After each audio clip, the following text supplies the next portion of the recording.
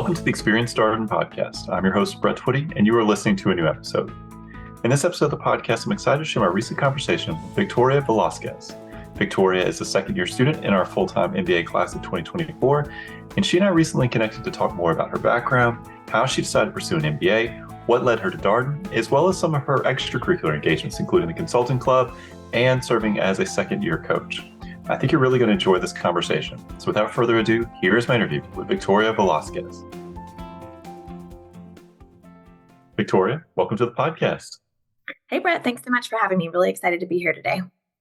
Yeah, great to have you here. How's everything going? How are you doing? Everything is going well. I will say it is very busy time of year right now. Everybody talks about how second year is the best year, and it has been the best year in a lot of ways so far, but it's also been the busiest year, if you can believe it or not.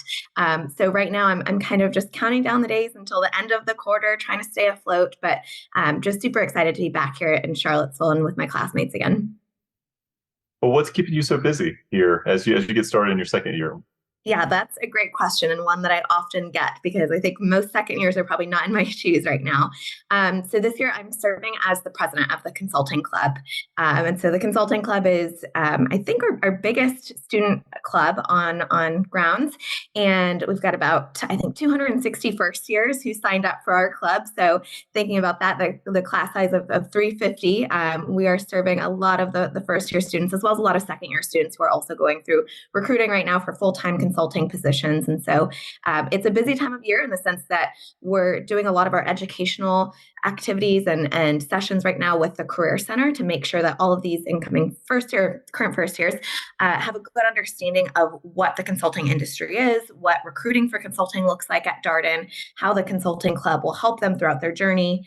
So it's been a lot of those sessions, but then also in the background, we're planning for two big events that our club puts on every year. The first is our consulting conference, which is about a 200-person event where we bring together firm representatives and students in the first year class for a nice sit-down dinner, a lot of networking events. We have panel sessions to teach students more about what it's like to be a consultant at these different firms and what it looks like to progress in your career at these firms and what these firms are doing from a DEI perspective. And so it's a lot of educational components, a lot of networking components, and it's a big two-day event coming up at the end of September. And then later in fall break, we'll have our Case Camp event, which is internal to Darden, but it takes place over fall break, and we bring together everyone who's interested in recruiting for consulting and teach them the Darden way of conquering the case interview. So it's a lot going on right now.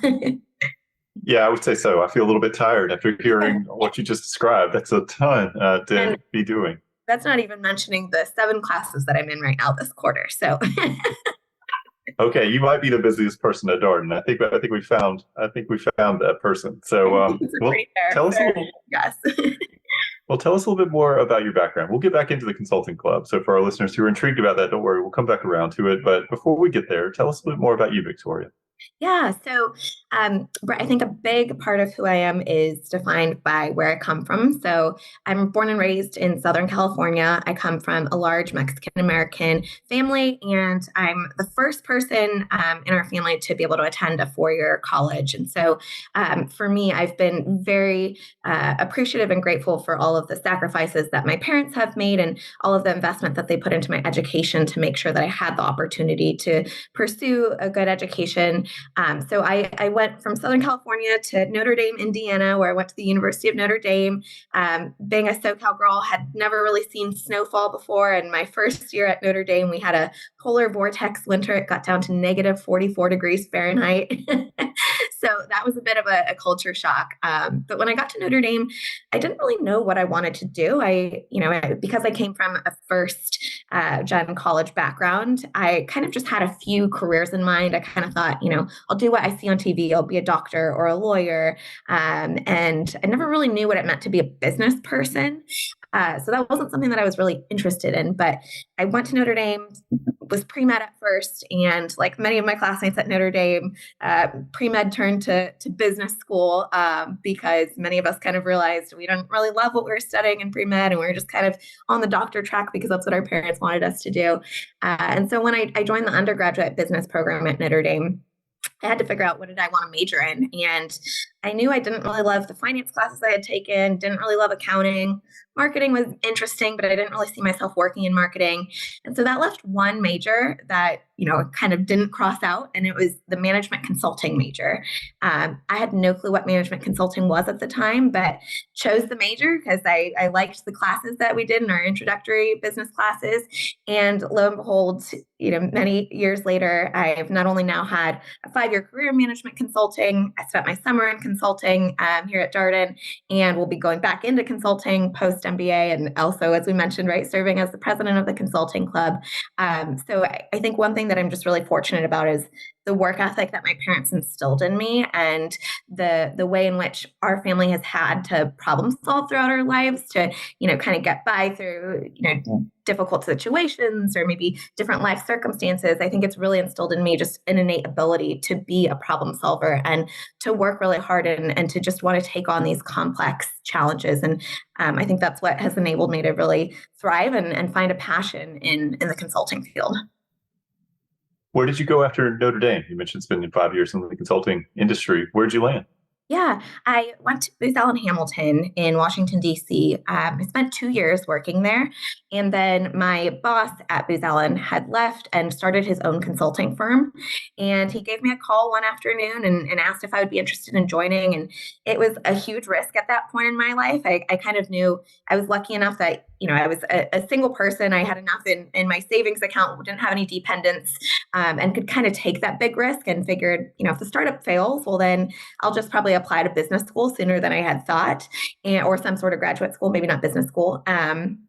And joined that startup as employee number 2 on the consulting team.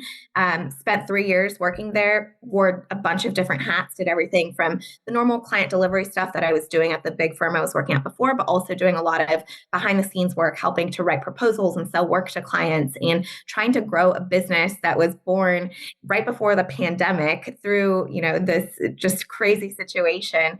And through that, I really found my passion for consulting because I got to see what it looked like, not only from that kind of post MBA or post undergrad role of being in that client delivery role, but also thinking longer term to being in a more senior leadership position. What is it going to look like when I'm pulling back from some of that client delivery to really think more about how we're going to grow this business and how we're going to build out teams to make sure that we have the right blend of skills to effectively deliver our work to our clients.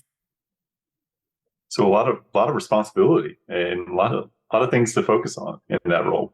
It was definitely a challenging role. I mean, it was one of the most fulfilling jobs I've ever had. And I'm so grateful that my boss gave me the opportunity. And I always tell him, thank you so much for taking a chance on me and selecting me to come join you in this new venture. And he's always like, no, thank you for taking the risk. You had no clue if this was going to survive. And it was such an exciting journey. The company recently celebrated its 5-year anniversary in August, and they're having a big celebration party this upcoming October. So they invited me to go out to DC for that. So I'm going to go down for the weekend and celebrate. And it's just always exciting to see how much the company's grown from when I first joined. I was in a tiny little WeWork space with my boss, the co-founder of the company. It was just the 2 of us in an office.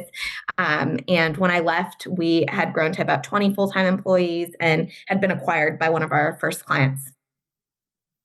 Wow, that's a lot of growth in a relatively short period of time. Congratulations. I'm glad that you're going to be able to go to that celebration. It sounds like you were instrumental in help getting it off the ground. Yeah. It's always, it's just a tremendous opportunity that I had. And I learned so much in such a short amount of time. But I think what I'm most grateful for, not only did I learn from a skills perspective, how to be a consultant, but more importantly, I learned what I was passionate about and what really drove me. And there were days on that job where I was working really long hours, especially through the pandemic. There were stretches where I was working on a client project that had me working on holidays and weekends, and basically from 7 a.m. until 9 p.m. And it was intense, but I loved it. I still, as tiring and exhausting as it was, it didn't feel like work. It was something that I was passionate about. It was a problem that we were solving that was just something dear to my heart and was important to serve that mission. And I think being able to find something like that where, yeah, it's great. I can make a lot of money doing this job, but also I know I'm going to be spending most of my adult waking life, in this profession and in this job, and to know that it brings me such joy and energy despite the hard work, I think is something really important that unfortunately not everybody gets to have in their careers. So I feel really fortunate about that. Well, how did you get interested in pursuing an MBA? Is it something that you had thought about for a while? So it wasn't. When I was in college, I took the LSAT. I thought, maybe I want to go the law school path. Didn't really know what I wanted to do. I think during COVID and working at a startup, I kind of started to realize, okay, I actually see myself being in consulting long term. This isn't going to just be the stepping stone to something else in my life. And I started doing a little bit more research, trying to figure out, okay, what are most partners and consulting firms, what is their background? The startup firm that I was working at, it's called Symmetry, by the way. At Symmetry, most of our senior leaders there had MPP backgrounds, so Masters of Public Policy, because we did a lot of work with governments or the federal government, and so they had policy specializations in the particular area of government where we were supporting. And I wasn't really passionate about that policy area. It wasn't something that I wanted to do long term. And I also just didn't really know like what policy area I was passionate about. So I started doing some research, seeing what are general management consultants, general strategy consultants, like what are the accolades and the degrees that they have. And pretty much you look at every single major consulting firm's website, and everybody on that website has an MBA. And so that's when I started to realize, okay, this is time for me to start thinking about the MBA process. I got really lucky in that I was scrolling LinkedIn one day and saw somebody in my network had joined Management Leadership for Tomorrow, MLT, which is a nonprofit organization that's focused on getting more Black and Hispanic and Indigenous individuals into business school and into management positions longer term.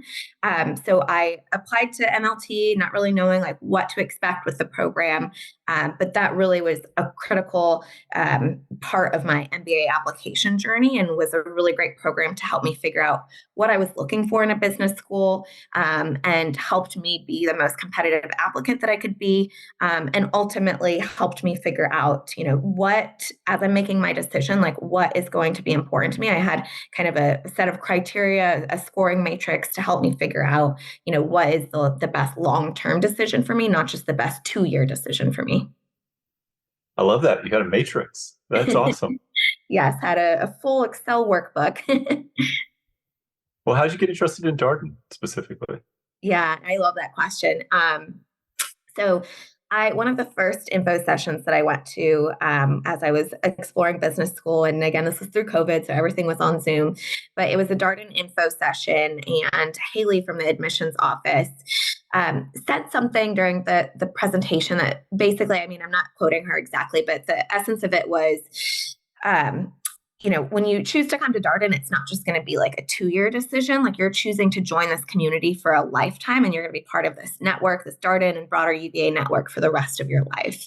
And a big part of like what I kept saying when I was thinking about what type of business school do I want to go to, I kept saying, I want something like what I had at Notre Dame. At Notre Dame, if you know anybody who went to Notre Dame, like it is a very passionate community that I can travel anywhere in the world and see somebody with a Notre Dame hat or bag or something, and say hi to them, and we can strike up a conversation. And to the point where I was in London one time and met somebody who had gone to Notre Dame, and she invited me over for dinner and invited me in with her family to have a meal.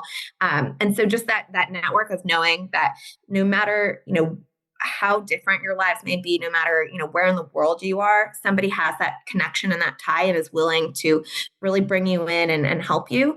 I knew that was critical to my decision-making journey. And so as I was interacting with different business schools, different alums, different current students, Darden just really symbolized that strength of that community, and really showed me that I was going to have that network long term. And I'll give you an example. I ended up applying very last minute to Darden, not because I wasn't interested in applying, but because I had to apply earlier than I anticipated for an upcoming fellowship deadline. And so I basically had maybe like 3 to 5 days to pull together my application. And I stayed up really late until like 3 a.m. writing my essays one day. And I sent them to somebody who I had previously connected with throughout the application process. He was also a Notre Dame alum, was at Darden. And he woke up that morning, like only a few hours had lapsed from like when he woke up to when I sent him those essays. He spent time before class going through in detail and offering me feedback and helping me get those essays finalized so that I could submit my application in just a few days. And seeing, I didn't find that support from like anyone else that I had connected with at other schools. And just seeing that somebody who I had never met, somebody who, really doesn't have like any vested interest in me getting into Darden, just took so much time to like work with me to make sure that I was prepared and felt confident pressing that submit button. So I just knew, again, going back to my identity as a first gen college student, being a Hispanic woman in the consulting field, knowing I want to be partner one day, I wanted that support in that community that would advocate for me throughout my career, that would be there just like a phone call away when I'm facing a difficult challenge in my career and need somebody to talk to. And I really do believe that Darden, the alumni community and just the network here really provides that. Those are great stories, and that personal connection. Darden is a place, not a huge business school. 335 or so students per matriculated full-time MBA class. It feels personal, right? You're not just somebody. You're your actual person. As you go through this, you get to know your classmates, faculty, staff, all of this. It's very much a community. It is. And you're reminded of it every single day. There's not a single day that I'm on grounds at Darden that I don't run into a professor that I stop and talk to, somebody in admissions that I stop and talk to, somebody in the career center, the people who serve us in the dining hall and who clean the bathrooms. Like there's just so many people that are part of the Darden community that really feel like family. And I know this sounds cheesy, but it is just so nice to know that you have that support and that network, and that there's always somebody that you can talk to and turn to help you through whatever it is that you're going through. Maybe it's just a celebration. Yesterday, when I was at Cold Call, it was seeing a professor from my first quarter of Darden, and she came up and hugged me and congratulated me on a recent accomplishment. And, it was running into the lady who works in Cafe 67 in the bathroom the other day and just talking with her in the bathroom and catching up to see how she was doing. It's just really nice to know that there's always somebody there to talk to and to support you. And for our listeners who are wondering what Cold Call is, that's a social event that typically happens on Thursday evenings, because at Darden, students don't typically have Friday class. So Thursday is what's known as Darden Friday. I have that right, Victoria?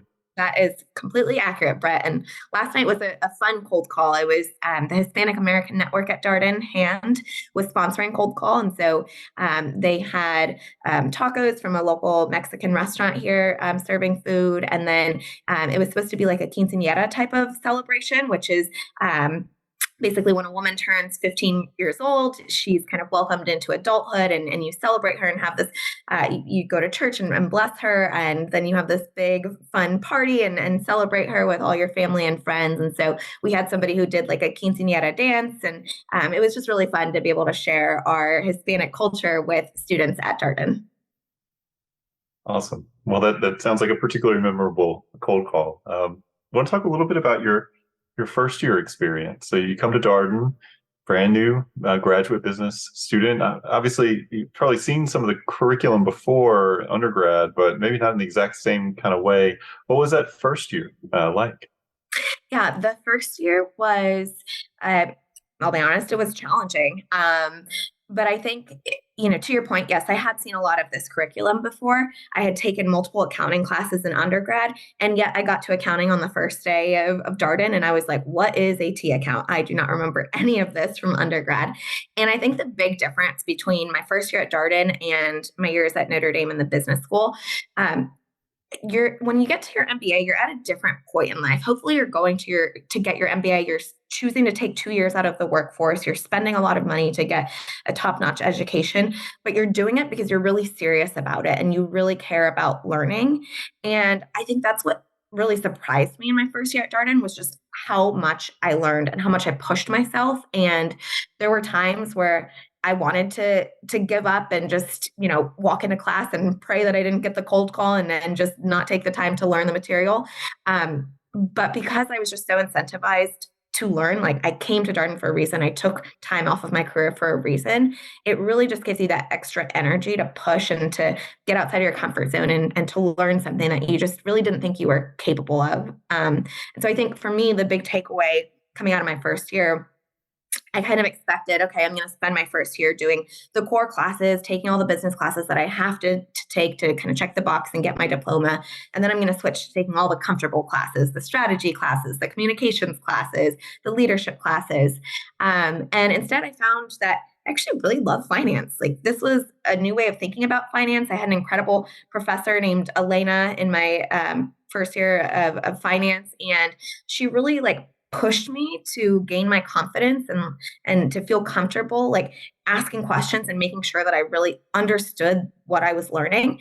And then I got to Q4 and I was like, I think I want to take valuations, which is kind of an advanced level of finance. And now I find myself, I want to take private equity, and I'm in Elena's class yet again, taking private equity. And she's continuing to push me and really make sure that I am understanding the content and also feeling empowered to tailor my learning experience to what I need post Darden. Likely, I'm not going to be the person building out models. I'm probably not going to ever be like valuing an early startup company in my role as a management consultant. But it's important that I know how assumptions are baked into valuations so that, if I am doing a due diligence project, maybe I'm not building the model, but I'm overseeing someone who is building the model, and I can ask the right questions to make sure that they've baked in the right assumptions and they've, pulled together the right historical information or comparable information. And so I think that has been really helpful at Darden, is just being able to, one, surprise myself with how much I learned, but two, recognize that like I'm in the driver's seat now, and I chose to come to Darden. I chose to invest in this. So it's up to me to decide like what I want to learn and what I want to take away from this. What section were you? I was in section E, eels. All right. Do you have a favorite tradition or something y'all did as a section that you'd want to share with our listeners here? Yeah, great question. Gosh, one of our fun things that we do in Section E is we have what's called a champagne fund. So we make bets throughout the year, and people bet money and send it to the champagne fund. And at the end of the year, we have a big party with all of the money that we've raised. Yes, of course, some champagne is bought, but we also buy, plenty of non-alcoholic beverages. We had a bunch of food and cake. And so it was a really fun celebration at the end of the year to celebrate our first year getting through core together, but also kind of that transition into the second year and what kind of community we want to build for the incoming first years the following year. And so it was just so fun throughout the year, all the silly bets that we placed to raise money. We had one class, for example, where for every Beatles reference, the Beatles, for every reference to one of their songs that was made in one of our strategy classes, somebody would give, I don't know, $1 or something. And so, people are going on these crazy tangents about this yellow submarine, and the professor is just like, what is going on here? And was so confused. And we're all giggling and knowing what's going on, but not trying to give it away. And finally, she kind of caught on and was like, wait a second, is this a champagne bet? So it's one of those things where, you're in the same class with the same people every single day. It's a fun way to just kind of liven up the classroom experience and to kind of build community amongst ourselves, even during, more serious situations when we're learning about some serious topics. That's awesome. Yeah, I can imagine that would be a little confusing to a faculty member just trying to figure out what. Yeah, I assume, do they know? Are they typically in on the bets, or they don't know about it, and it's just between the students? So they know that the champagne fund exists. They're usually not in on the bets. Occasionally, they'll place a wager and join in, but for the most part, they don't know when a bet is going on. And so when somebody all of a sudden starts talking in a funny accent the entire class, they're like, "What is going on?" And then it'll click, and oh, this is a champagne fund thing. So, how did you spend this past summer? Yeah, this past summer I was in Washington D.C., so kind of went back to what I now call home. I'm choosing now to live long term in the D.C. area, but went back to D.C. and interned at Bain and Company this summer. Got to work on a marketing project with a consumer beverage company, which was super exciting. It wasn't anything like I had ever done in my previous years of consulting, so that was cool to see an entirely new client an industry as well as a new capability. I had never done like marketing type of work. So it was a really great experience for me to kind of broaden my toolkit as a consultant, but also just kind of reaffirmed that I made the right decision. One, to continue down that consulting path, but two, to come to Darden as well. I was really able to put a lot of the skills that I had learned in the classroom from my first year at Darden and into practice in my internship this summer. And so you come back for your second year. As discussed, you're leading the consulting club. Are there any other activities that you're involved with that you'd want to mention here? Yeah. So the other big thing that I'm involved with is being a second year coach, which is kind of just a natural extension of me being the president of the consulting club, already doing a lot of coaching with our first year students who are interested in pursuing consulting. And so as part of second year coach, it's, I think, an incredible program that Darden has that I don't think many other business schools have. But essentially, first years are paired with second year students who serve as kind of their informal or honestly formal career coach and help them to kind of one, figure out what are they even going to recruit for, help them kind of stay on track as they're going through the craziness of first year classes while also managing recruiting with like 10 plus companies at any given time. But also it's a great way for us second years to really learn how to be managers. And I think for me, like I really enjoyed the classes that we have to take as part of the second year coach program. We're taking classes on how to be a coach, how to ask open-ended questions, how to think about coaching versus advising. And so that for me has just been a tremendous growth opportunity. We had class last Monday, and so on Sunday night I was doing the reading for it. It was all about, how do you ask those open-ended questions? And they gave an example from Ted Lasso, actually, where somebody and excuse me, I haven't watched Ted Lasso, so I don't know all the characters, but somebody asked Ted, "Do you play darts?" And that's a yes or no question. And so they know, yes, he plays darts, but they don't know anything about his ability to play darts or why he plays darts or does he do it often or is just a one-time thing. And so it's kind of thinking about how else could you reframe that question. Maybe it's what got you into playing darts, and they would learn about his background and how he played darts with his dad, and that kind of transfer or kind of influenced his passion for playing these darts. And so I went into one of my meetings with my coachee on Monday morning and kind of had that reading fresh in my mind and was able to start asking some of those questions. And we completely put our agenda aside for the day, and we really just focused on like, what was he dealing with in that moment? What were some of the stresses that he had? What were some of the anxieties that were just keeping him up at night and really putting a lot of weight on him. And he texted me later that night and was like, wow, I really did not know that I needed that session, that I needed to talk through this, that I needed to hear your perspective on things and think through like some of my answers to these big questions.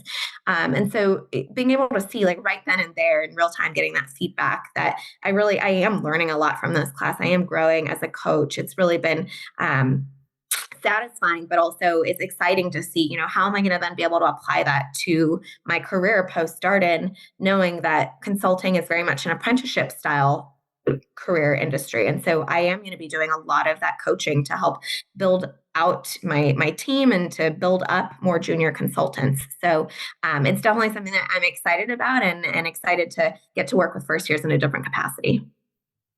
Yeah, the knowledge transfer from second years to first years through formal channels like like the second year coaches, working on careers, to just clubs and organizations as mentioned, or just kind of informally out there. It's a very real part of the Darden experience. It is. I mean, to that point, Brett, it is incredible how student run Darden is. When I kind of stepped into the role of president of consulting club. We hold elections in the spring. And so I think it was maybe by like March that I knew that I was going to be the president, and was meeting on a weekly basis with the outgoing president, because so much of what this club does, and as I mentioned, we're serving a very large portion of the student body, but so much of what we do is just passed down from club leader to club leader. And so it was a really big transition period. We were going through all of the ins and outs of all of the different activities, what goes into planning all of those activities, what were some of the lessons learned that she learned from her role that she wants to pass down to me so we can incorporate them. And so it feels like a full-time position being a leader at this school. But I know, I'm doing it because I am just so passionate about serving students in this way and using my skills to pass down knowledge through these channels, and hopefully kind of help to institutionalize it throughout the years as we all move on from Darden and onto bigger things. Yeah, it's a tradition of student self-governance, students really owning the extracurricular space at the university, Darden included. It's very much a UVA thing. It's a consulting club. All these clubs are a great example of that. Just how much they do. Did you know that you wanted to be the president of the consulting club? Is that something that you maybe as you got involved with the club organization that you knew that was something you wanted to do? It's funny that you say that. When I first came to Darden, I was like, I need to start learning how to say no to things. I need to stop taking on so much responsibility. And I was like, business school might be my 2 years that I just kind of coast, and I don't really run for any leadership positions. And I just, enjoy being a member of the wine and cuisine club and the racket sports club. But of course, that just wasn't that's not who I am. I get energized by serving. And so for me, I didn't necessarily walk into Darden knowing I wanted to be the president of the consulting club. But I think what became very clear to me was that from feedback from my peers, especially peers in my section from first year core, they really kind of reemphasize, like, you have a strength in this field. Like you really know what you're doing as a consultant. We see it every day in the classroom because we're constantly problem solving with the case method. And people kind of encouraged me, like, this is kind of probably the best way that you can give back to the school. Obviously, we think you're going to run for something. It's the type of person you are. You're a leader, but that's kind of probably going to be where you can best focus your efforts. So to get that kind of encouragement and to get some of that validation to know, yeah, it's something I'm passionate about and I think I'm good at it, but I'm not really sure what other people think about it. So to get that affirmation from my classmates, I think really helped me decide what to run for. You mentioned you're taking 7 classes right now. Is there a class you want to mention that you're really enjoying, or something that surprised you from your elective slate here? Gosh, yes. There's so many. It's like, which one do I even choose from and talk about? One of my classes that I really love, it's a new class that just started, I think, last year. It started by Professor Allison Elias, and it's called Women, Gender, and Workplace. And it's a class. First, it's a class of mostly women. There's a few men in the classroom, but it's been an incredible opportunity to really talk about what the workplace looks like and how that differs based off of your identity. And we've gotten to read a lot of amazing cases about these amazing females and how their identity, their background, how that has kind of influenced the type of leader that they are today. And as part of our kind of capstone project, or our final project for this class, we're getting to interview a female Darden alum and write a mini case on that woman and talk about maybe a pivotal point in her career in which she's had to make a big decision and kind of how that plays out in her life. So I'm really excited about that class, just in the sense that you don't really talk about gender in the workplace. There's a few cases in our LO class, leadership and organization, I think is what LO stands for, during core. There's a few cases that touch on gender and how that plays out in the workplace. But to be able to just talk about that in a room full of these incredible women and to be able to share our personal experiences, it's just been a really moving class. And it's one that I would encourage not just women to take, but really, men to take. Think about like how men, and honestly women as well, like how we can be better allies for each other and for people who have different identities, and what it means to be female identifying or woman identifying in the workplace. I'm excited to share that Allison will be coming on the podcast to talk more about her background, her story, but also this class in the coming weeks. So very much looking forward to that. What are you looking forward to in the coming months? Yeah. Oh gosh. In the coming months, I mean, one, I just can't believe I know this second year is going to fly by. It already is flying by. So really wanting to make the most out of my time here living in Charlottesville. I'm really excited for Thanksgiving. Last year, it was too quick of a turnaround for me to go back to California and get back in time for classes. And so I stayed here and didn't do any big Thanksgiving celebrations. But I'm really excited this year. My parents are both now retired, so they're going to come out here for a week to do Thanksgiving. Excited to kind of show them around Charlottesville. Excited to take them to the UVA versus Virginia Tech football game and see a big rivalry game. So really excited about that and excited to have my family here for graduation in May to show them, the place I've called home for the past 2 years. But I think the other big thing is, again, just taking advantage of being here in Charlottesville, checking off some of my restaurant bucket list items while I'm in Charlottesville, going a little bit outside of my comfort zone and getting out in the outdoors and doing some of the incredible hikes that the nearby area has to offer. So I really am just excited to make the most of this last year and hope that I can make time for, just getting to be a member of this broader Charlottesville community while I'm here. What's one restaurant that's still on your restaurant bucket list? Oh gosh, there are so many. I think a big one that I really want to go to is Con Mole. I don't know if you've heard about it. So I think it's relatively new-ish in the past few years, maybe like right before COVID, they might have opened. But it is a restaurant that has a bunch of different mole dishes. So mole is like a Mexican dark sauce, essentially, that it's often paired with chicken. Like chicken mole is one of my favorite dishes. But they put it on like everything. And so there's all kinds of different dishes that you can try. So I've heard amazing things about it, given the fact that mole is one of my favorite dishes. I'm not a really great cook, so I don't always get to eat the Mexican food that I love because I don't really know how to cook it and I'm not good at cooking it. And living in DC, before Darden, we don't have a ton of Mexican restaurants in DC. So getting to be in a place where we do have a lot of different Mexican influence type of restaurants, I'm really excited to try that one out and get to taste one of my favorite dishes.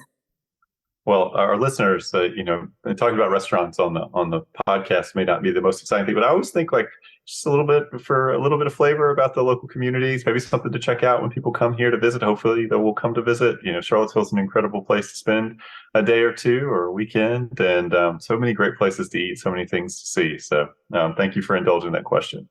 It's also like an important thing to discuss because many people who are considering Darden who aren't really sure, do I want to live in Charlottesville? I think the restaurant scene is a huge part of life in Charlottesville. And it has definitely, been a fun way to kind of explore the city and get to meet new friends and, go out with different Darden people who are interested in also trying all the different restaurants.